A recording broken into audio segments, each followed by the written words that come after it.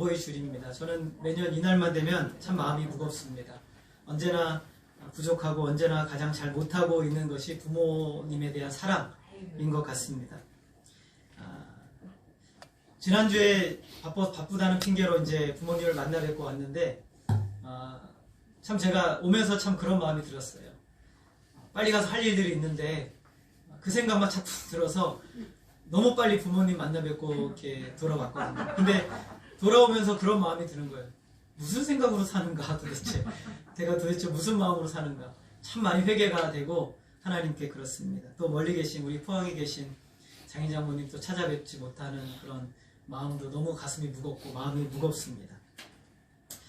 우리의 부모는 이 땅에서 우리와 끝까지 함께 있을 수 없죠. 언제까지나 있을 수 없고 언젠가는 부모님과 이별을 해야 되는 때가 찾아옵니다. 그리고 이미 그 시간이 찾아오신 분들도 계시죠. 그래서 참 부모에 대한 사랑은 참 우리가 할 수 있을 때 더 많이 사랑하는 것이 하나님의 뜻이다 라는 것을 말씀하고 있어요.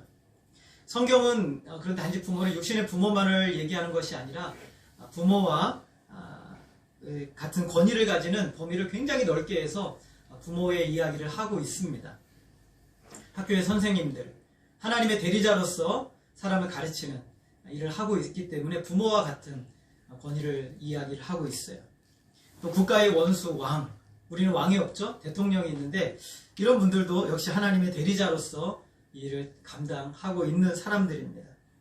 마찬가지로 교회에서도 동일하죠. 하나님이 세우신 목회자들, 또 중직자들, 어찌 보면은 영적인 부모라고 할 수도 있는 것입니다. 그래서 로마서 13장 1절에 보게 되면 각 사람은 위에 있는 권세들에게 복종하라. 권세는 하나님으로부터 나지 않음이 없나니 모든 권세는 나 하나님께서 정하신 바라. 저는 처음에 이 말씀이 너무너무 충격으로 다가왔어요. 여러분, 모든 권세는 하나님으로부터 나지 않음이 있습니까? 없습니까?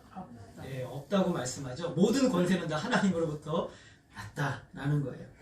하나님께서 허용해야 그 자리에 있을 수가 있는 것이죠. 히브리서 13장 17절 우리 말씀은 같이 한번 읽어볼까요? 시작. 너희를 인도하는 자들에게 순종하고 복종하라. 그들은 너희 영혼을 위하여 경성하기를 자신들이 청산할 것 같이 하느니라. 그들로 하여금 즐거움으로 이것을 하게 하고 근심으로 하게 하지 말라. 그렇지 않으면 너희에게 유익이 없느니라. 제가 한 번도 이런 얘기를 하지 않지만 여러분, 하나님 앞에서 말씀을 전하는 여러분의 또 목회자들을 근심하게 하지 마시기를 부탁드립니다. 그렇게 하면 뭐가 없다고 합니까? 유익이 하나도 없다고 말씀하고 있습니다. 여러분, 유익을 원하십니까?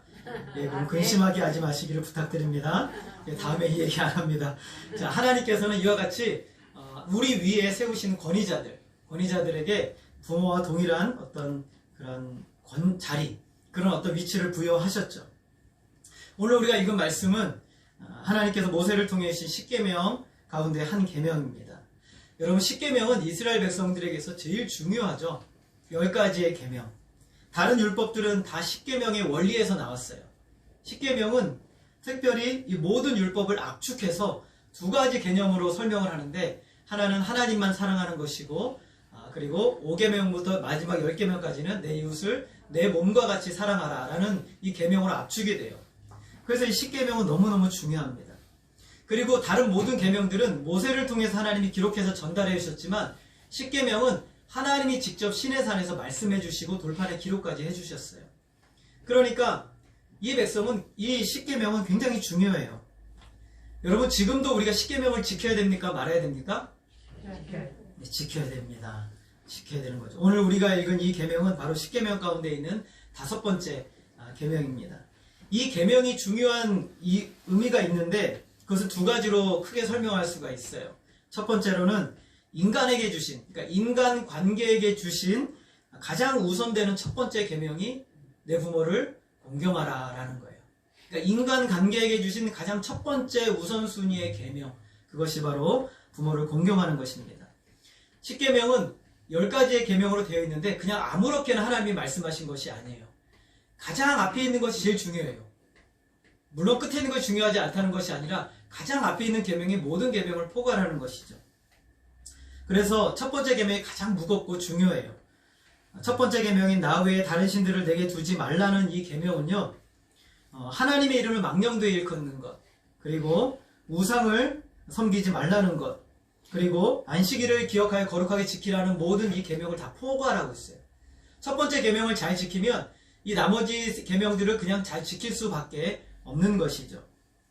마찬가지로 인간을 위한 첫 번째 계명은 내 부모를 공경하라 라는 거예요.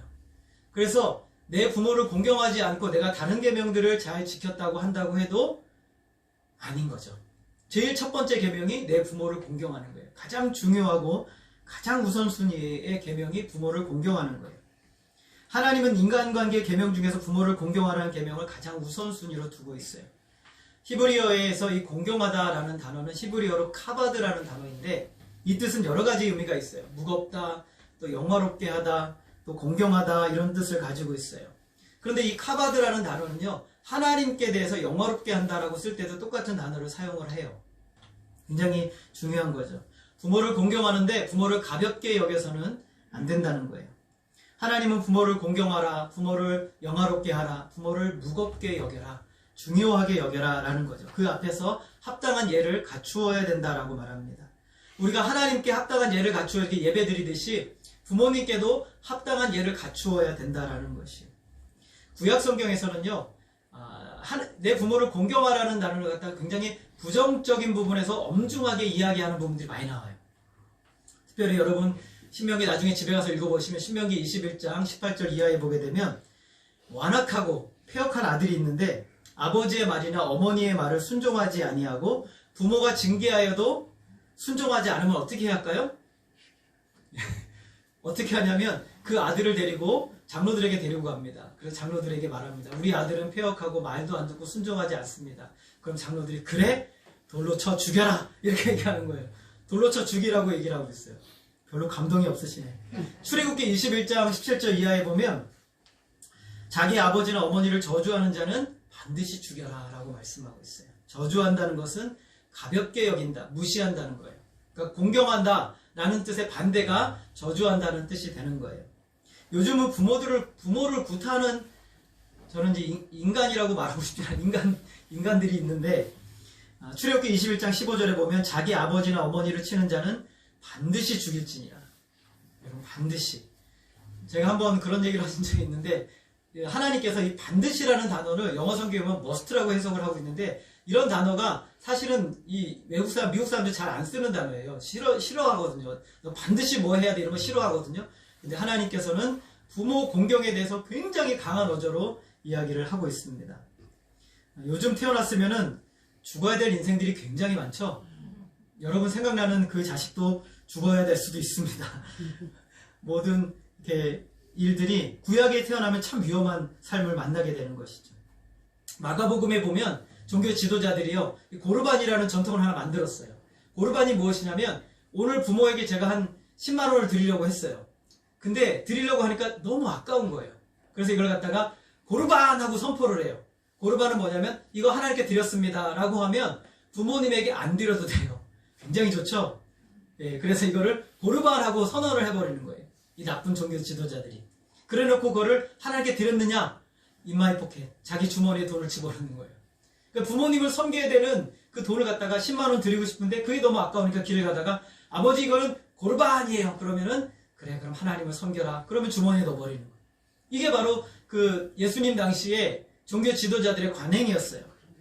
그러니까 예수님께서 기가 막히셔서 하시는 말씀이 너희가 너희 전통을 지키려고 하나님의 계명을 잘 저버리는도다 라고 말씀하셨어요. 여러분 우리도 그런 게 있거든요.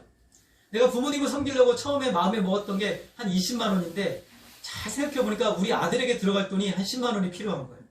그래 우리 아버님께는 이번에 10만 원만 드려야지. 10만 원만 딱 드리고 우리 아들을 위해서 10만 원을 사용하는 거예요. 우리에게 얼마나 이런 마음들이 참 많은지 몰라요. 우리 어르신들은 옛날에 이거는 복음은 아니지만 첫 번째 마음이 하나님 마음이다라고 했어요. 저는 근데 틀리진 않은 것 같아요. 처음 하나님이 주신 마음대로 순종하며 나아가는 게 가장 복된 거예요. 처음에 하나님께서 우리 아버님께 보일러 놔드려야 되겠다 생각했는데 보일러 너무 비싸니까 다른 거 해드려야 되겠다. 자꾸 마음이 바뀌어요. 부모님을 향해서. 근데 여러분 아세요? 아이들을 향해서는 가치가 계속 올라가요. 내 자녀들을 위해서는 가치가 계속 올라가요.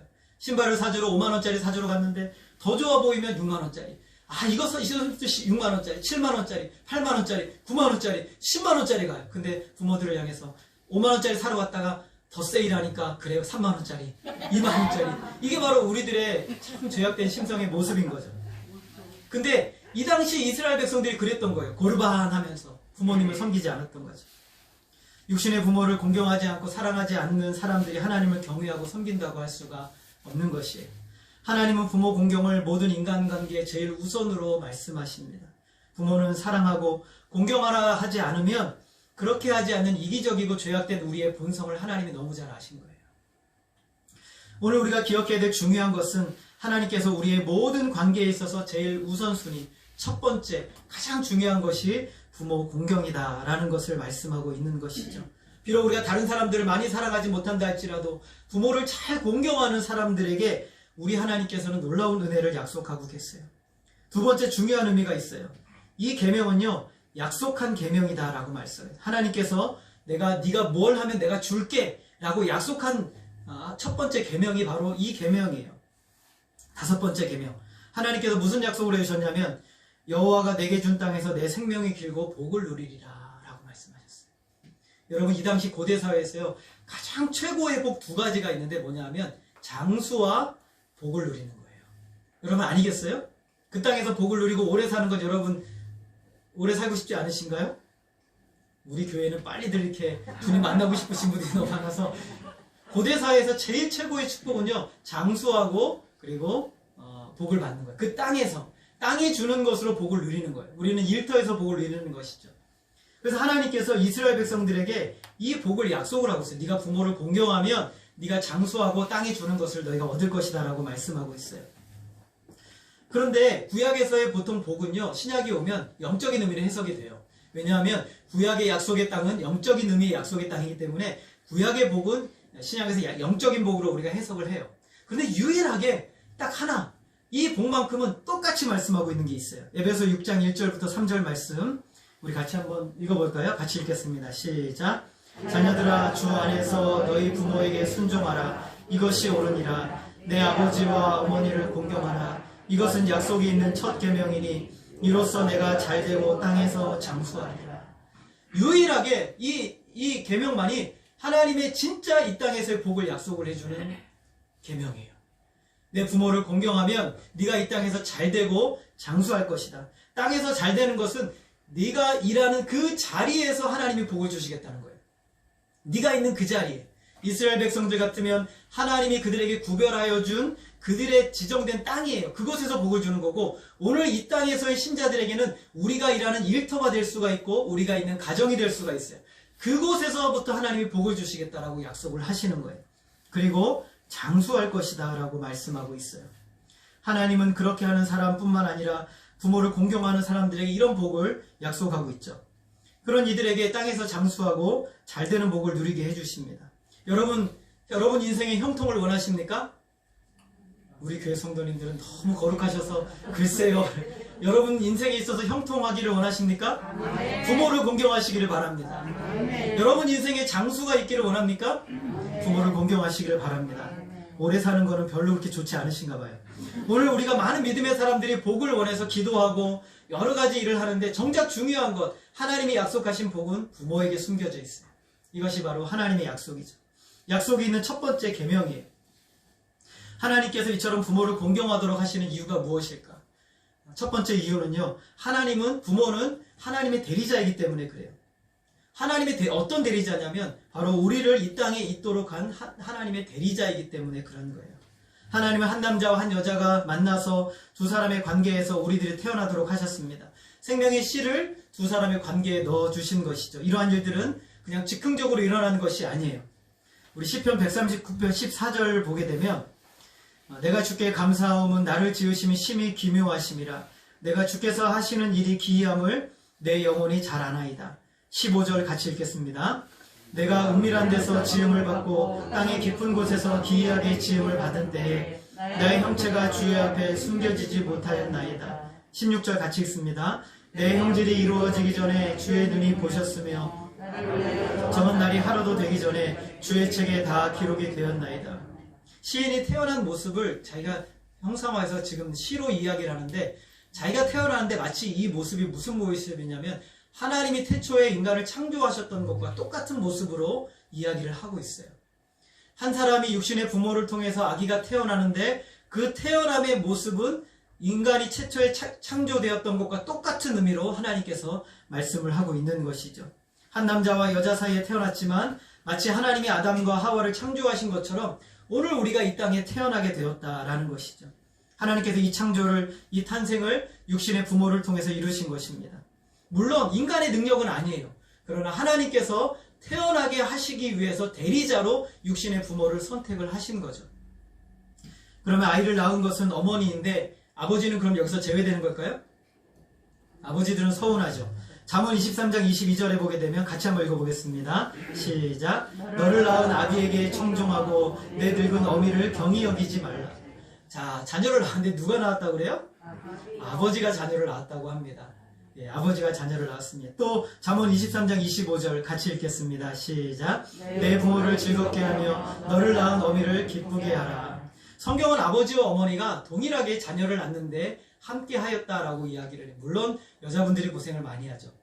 그럼에도 성경은 동일하게 부모가 하나님의 대리자라는 것을 말씀하고 있습니다. 우리로 하여금 이 땅에 있게 한 것은 엄밀하게 말하면 하나님이시지만 두 남녀를 통해서 이 땅에 태어나도록 하셨기 때문에 우리는 하나님의 창조의 대리자인 것이죠. 우리 인생에 있어서 다른 그 무엇보다 그 고통의 산고를 통해 우리를 낳으셨다는 그 사실 하나만으로도 우리는 부모를 공경해야 될 이유가 충분한 것이죠.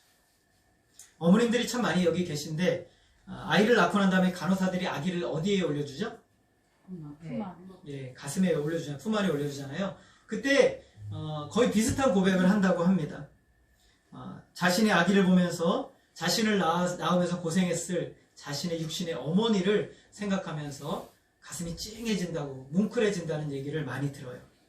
10달 동안 뱃속에서 아기를 키우다가 때가 되어 아기가 태어났을 때 그때까지의 힘든 과정, 그 사실 하나만으로도 우리는 내 부모를 공경하게 힘써야 한다는 것입니다. 더 나아가서 부모는요, 우리를 양육함에 있어서도 하나님의 대리자가 되세요. 우리의 부모들은 우리가 태어나면서부터 우리가 자라서 성인이 될 때까지, 아니 그 이상이죠. 정확하게 말하면 부모님이 돌아가시는 날까지 모든 것을 아무 대가를 바라지 않고 자식에게 다 주셔요. 어버이날 부르는 노래를 보면 진자리 마른 자리 갈아주시며 시작해서 손발이 다닳도록 평생을 고생하십니다. 자식을 위해 그렇게 하시는 것이죠. 아까 아침에 전사님이랑 잠깐 얘기를 하시는데 잠깐 영상을 봤어요. 근데 거기서 이렇게 손을 기도하는 손이 있는데 우리 전사님이 그거 딱 우리 어머니 손이 저랬다고 그렇게 얘기를 하시더라고요. 그렇게 될 때까지 누구 걱정만 하세요? 자식 걱정만 하는 거예요. 자신이 주실 수 있는 모든 것을 다 내어주시죠. 남들이 돈 빌려달라고 하면은 안 빌려줘요. 그런데 자식이 해달라고 하면 분명히 속아요. 저거 갚지도 않아요. 자식이 말합니다. 엄마 이번만 해주면 내가 이번만 한 500만 원 해주면 내가 10부 이자로 내가 엄마한테 돌려줄게. 천만의 말씀이요. 갚지도 않죠. 엄마가 그거 달라 그러면 엄마 나한테 그 돈을 달라고 그래? 이렇게 얘기하는 게 자식놈들이죠. 절대 잘 아시고. 그런데 속을 줄 아는데 다음에 또 달라고 그러면 어떻게 합니까? 또 달라면 또 주는 거예요. 이게 바로 부모의 마음인 것이죠. 자식보다 아픈 데가 더 많은데도 자식이 아픈 거 생각하면 너무 가슴이 아픈 거예요. 전화 통화를 하는데 자식의 음성만 바뀌어도 엄마 아버지는 금방 알아차려요. 금방 알아차려서 너 어디가 아프냐, 너 어디가 문제가 있냐. 이게 바로 이제 부모의 마음이죠. 모든 것들이 다 자식에게 집중되어 있습니다. 내 자식이 세상에서는 무시당하고 아무 의미 없어 보이는 존재라고 하더라도 그 부모에게 그 자식은 최고로 존귀한 자예요. 누가복음 15장에 보면 탕자의 비유가 나오죠. 당당하게 아버지의 유산을 달라고 해서 그 유산을 받아서 저녁에 야반도주한 둘째 아들. 얼마나 망나니 같은 아들이 허랑방탕하게 멀리 외국에 가서 돈을 다 써버리고 이제는 먹을 것도 없고 쥐업 열매, 돼지들이 먹는 쥐업 열매나 먹고 배불리려고 했지만 그것조차 주는 사람이 없었어요. 그러자 이 탕자가 제일 먼저 생각한 게 누구예요? 아버지. 내 아버지의 집은 얼마나 풍요롭고 먹을 것이 많은가 하고 아버지의 집으로 돌아가고자 합니다. 그런데 놀라운 것은요, 탕자가 집을 떠난 뒤에 아버지는 뭐하고 계셨어요? 아이고 잘 나갔다 이놈, 아주 잘 됐다, 마음 편하다 이러고 계셨어요? 아니죠. 떠난 날부터 밤만 되면은 그 길에 나가서 아들이 이제 나올까 저제 나올까 아들을 기다리고 있었던 거예요. 멀리서 거지 같은 아들이 멀리서 돼지를 치고 얼마나 몸이 몰골이 거지 같겠어요. 거지 같은 아들이 걸어오는데 아버지는요 저 멀리 100m 밖에, 요즘 글자도 잘 안 보이는데 멀리 100m 밖에서 오는 아들이 눈에 선명하게 보여요. 그래서 여러분 유대 문화에서 아버지가 뛰는 건요 굉장히 좀 예의 바르지 못한 거예요. 근데 이 아버지가 달려가요. 달려가가지고 그 더러운 아들을 품에 안아 버리시는 거죠. 여러분 아버지의 인생이 허무하지 않습니까? 돈은 자식한테 다 주고 평생을 아들을 기다리면서 그 길을 기다리고 있는 방탕한 아들, 잃어버렸다고 생각하면서 편하게 살면 될 것인데 다른 사람은 다 그럴 수 있어도 부모는 그럴 수가 없는 것이죠. 그래서 누가복음 15장의 이 비유는 탕자의 비유가 아니라 아들을 기다리는 아버지의 비유예요. 아들을 기다리는 아버지의 비유. 탕자의 돌이킴보다는 끝까지 사랑하고 기다리고 용서해주고 품어주고 회복시켜주시는 아버지의 비유예요. 바로 이 사랑이 바로 우리 천부 성부 하나님의 아버지의 사랑인 것이죠. 모든 것을 다 주고 싶어서 안달이 난 부모, 그 부모가 그에게 하나밖에 없는 아들 독생자 예수 그리스도를 이 땅에 보내셔서 십자가에 죽기까지 내어주시면서 우리를 사랑하신 그 사랑, 그리고 나서도 내버려둘 수 없어서 성령님을 우리에게 부어주셔서 평생 영원토록 성령님이 우리를 지도하시며 이끄시는 아버지 역할을 해주시도록 성령님을 우리에게 부어주신 하나님의 사랑, 그것이 바로 하나님의 사랑, 그 사랑의 그림자가 우리 육신의 부모의 사랑인 거예요. 오늘 우리는 어떻게 이 부모의 사랑에 보답할 수 있을까? 성경은 내 부모를 공경하라고 합니다. 제가 성경에서 찾은 두 가지의 답이 있어요. 첫 번째는 순종이에요. 첫 번째는 뭐라고요? 순종. 골로새서 3장 20절 말씀을 우리 같이 한번 읽어보겠습니다. 시작. 자녀들아 모든 일에 부모에게 순종하라. 이는 주 안에서 기쁘게 하는 것이라. 여기서 순종하라는 단어는요 굉장히 특별한 단어예요. 이 단어는요 아래에서 듣다라는 뜻이에요. 어디에서 듣는 거예요? 여러분 부모님이 나이가 들수록 허리가 어떻게 되십니까? 꼬부라지시죠. 옛날에는 내 아버지가 그렇게 커 보였는데 지금은 내 아버지가 너무 작아졌어요. 저는 아버지가 이 세상에 제일 큰 줄 알았어요. 근데 지금은 저보다 이렇게 오세요. 너무 키가 몸이 이렇게 약간 줄어드는 것 같아요. 참 하나님이 인간을 희한하게 만드셨죠. 순종하라는 것은 아무리 내 육신의 아버지가 작더라도 그 아래에서 들으라는 거예요. 아래에서. 많이 안다고 조금 더 배웠다고 부모 위에서 무엇이 옳은지 이야기하지 말고 그 아래에서 들으라고, 겸손히 들으라고 말합니다. 말씀에 순종하라고 말하고 있어요. 그것이 바로 누구를 기쁘게 하는 것이라고 그랬어요? 주님을 기쁘시게 하는 거예요. 그것이 주님을 기쁘시게 하는 거예요. 오늘 부모에게 여러분 순종하시기를 바랍니다. 매일 부모에게 순종하시기를 바랍니다. 모든 일에 부모에게 순종하시기를 바랍니다. 부모가 우리의 마음을 서운하게 할 수도 있습니다. 그것조차도 부모의 사랑인 것이죠. 그러므로 부모의 말에 순종하시기를 바랍니다. 누가복음 2장 51절에 보면 예수님께서 함께 내려가서 나사렛에 이르러 순종하여 받드시더라.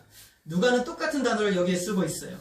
예수님께서 나사렛으로 내려가셔서 그 부모 아래에서 들었어요. 예수님은 누구십니까? 하나님이시죠. 하나님이신데 육신의 부모 아래에서 예수님이 순종하여 받드셨다라고 말합니다. 인간을 만드신 하나님이 인간 부모에게 순종하십니다. 저와 여러분이 누구이기에 부모에게 대항할 수 있습니까? 부모에게 순종하시기를 바랍니다. 두 번째 제가 찾은 말씀은 부모를 기쁘시게 하라는 겁니다. 누구를 기쁘시게 하라고요? 부모를 기쁘시게 해드리시기를 바랍니다. 잠언 23장 25절 말씀 다시 한번 읽겠습니다. 시작. 내 부모를 즐겁게 하며 너를 낳은 어미를 기쁘게 하라. 여러분 부모가 무엇을 기뻐하시는지 한번 고민해 보신 적 있으십니까? 내 부모가 어떤 음식을 좋아하는지 한번 유심히 보신 적 있으십니까? 여러분의 시간과 물질을 투자해서 여러분의 부모가 무엇에 관심이 있는지 한번 연구해 보신 적이 있으십니까? 우리는 저희 엄마가 뭘 좋아하시는지 잘 모릅니다. 엄마가 젊었을 시절에 뭘 많이 드시고 뭘 집중해서 드셨는지도 잘 몰라요. 어떤 걸 하면 행복해하고 즐거워하셨는지도 다 잊어버렸습니다.